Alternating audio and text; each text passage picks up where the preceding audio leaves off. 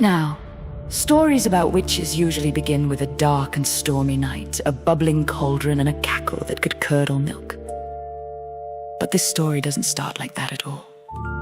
It starts on a perfectly pleasant Tuesday morning, with a complete lack of manners and a profound amount of small-town paperwork. A heavy brass knock shattered the morning quiet of the swamp, rattling the jars of pickled newt eyes on Esmerelda's shelves.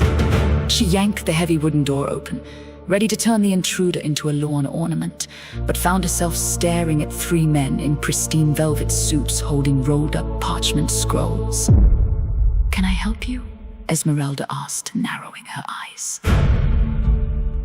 The man in the center, a portly official wearing a gold-plated mayoral sash, stepped forward. "Good morning, ma'am. I am Mayor Higgins, and this is the town zoning committee. I am here to inform you that your swamp cottage has been officially condemned under the statutes of eminent domain." "Condemned?"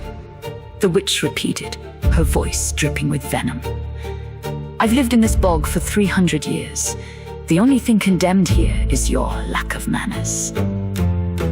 The mayor unrolled his parchment with a loud snap.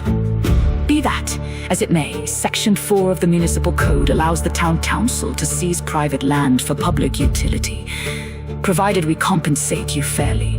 The town of Oakhaven is expanding, and your property sits directly on the designated plot for our new historical landmark. And what grand public utility requires my front yard?" she asked. "The Oakhaven Museum of Mushrooms," the mayor replied, beaming with civic pride. "It will house over 400 preserved species of local fungi. It's going to put our village on the map." Esmerelda stared at him, genuinely unsure if she should laugh or unleash a plague of boils. "You want to bulldoze my ancestral potion garden to build a house for mold, tear down the courthouse and build your museum. There, I have rights that go beyond your city ordinances or laws. My property isn't zoned commercial." This property was rezoned 6 months ago during a city council meeting. Mayor Higgins replied smoothly. "We sent you a letter inviting you to the meeting. Do you see a mailbox on my property?" The mayor looked around the murky bog. "Why no? I don't. You are required to have one. You know, no mail carrier will come near this place," Esmerelda said, leaning against the doorframe. "For a long time, they turned up missing. And if you don't get off my property with your scroll, you will as well." "Is that a threat, madam?" "Take it as you see fit. I have stew on the pot and need to get back to it." The mayor puffed out his chest. "We do not require your permission to begin raising this shack and clearing the property. We are here only by ordinance to give you 30 days' notice of the start of destruction." "Out of curiosity, how much do you offer for my home?" the witch asked. "This property consists of a house, a garage, 3 storage sheds, and 10 acres of land, of which 3 are swamp." "The town council and treasury have agreed to 25 gold coins," Mayor Higgins replied. "This property is worth 10 times that much, and you know it. I will not allow you to rob me. If you do not vacate by the end of 30 days, we will have you physically removed," the mayor warned, "and will charge you for the service."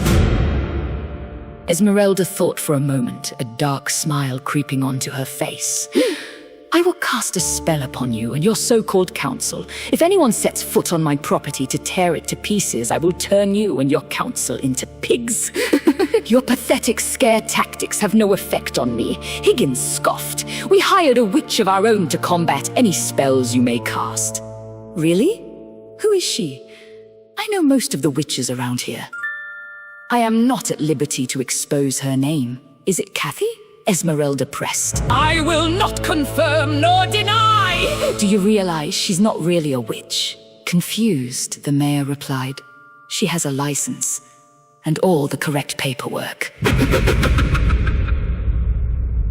"She does," Esmerelda said with a chuckle. "She's scamming you and you're too stupid to realize it. Did you vet her? I mean, did you at least demonstrate her powers before you hired her?" She said she was under the weather and couldn't during the interview. You should have asked for her driver's license. The witch laughed. She's not old enough to be a witch. I'm over 300 years old. I would put her at 30. She's your standard, run-of-the-mill human in a costume she bought at a shop. Send her this way. I want to meet her. We can't. She's out of town on vacation. Did you pay her already?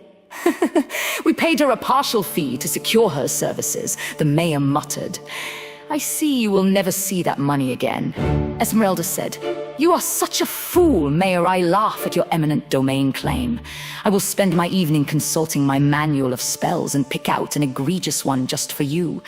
Not only will I turn you to swine, but I will also make sure they send you to the butcher and make sausage out of you.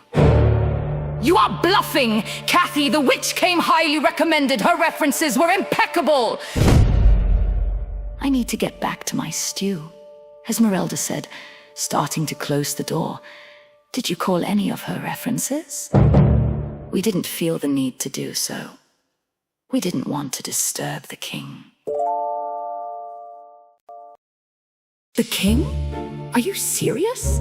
The witch paused, shaking her head. She actually put down the king as a reference. That was a red flag if I ever saw one.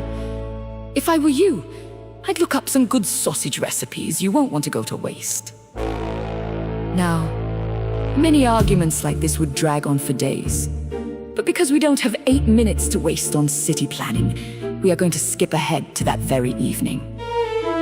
The mayor had marched back to town. Esmerelda had finished her stew, and she was just reaching for her favorite book of transmutation hexes when another knock came at the door.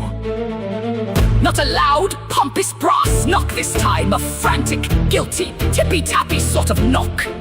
Esmerelda pulled open the door. Standing on a porch was a young woman in a very cheap, pointy nylon hat, clutching a plastic broomstick. Are you Esmerelda? The girl whispered, looking over her shoulder into the dark swamp. I am, the witch said. And let me guess, you must be Cathy. Cathy dropped her fake broomstick and fell to her knees. Please don't turn me into a toad. The mayor is gonna throw me in the dungeon. He called my reference. Esmerelda blinked. He actually called the king? No!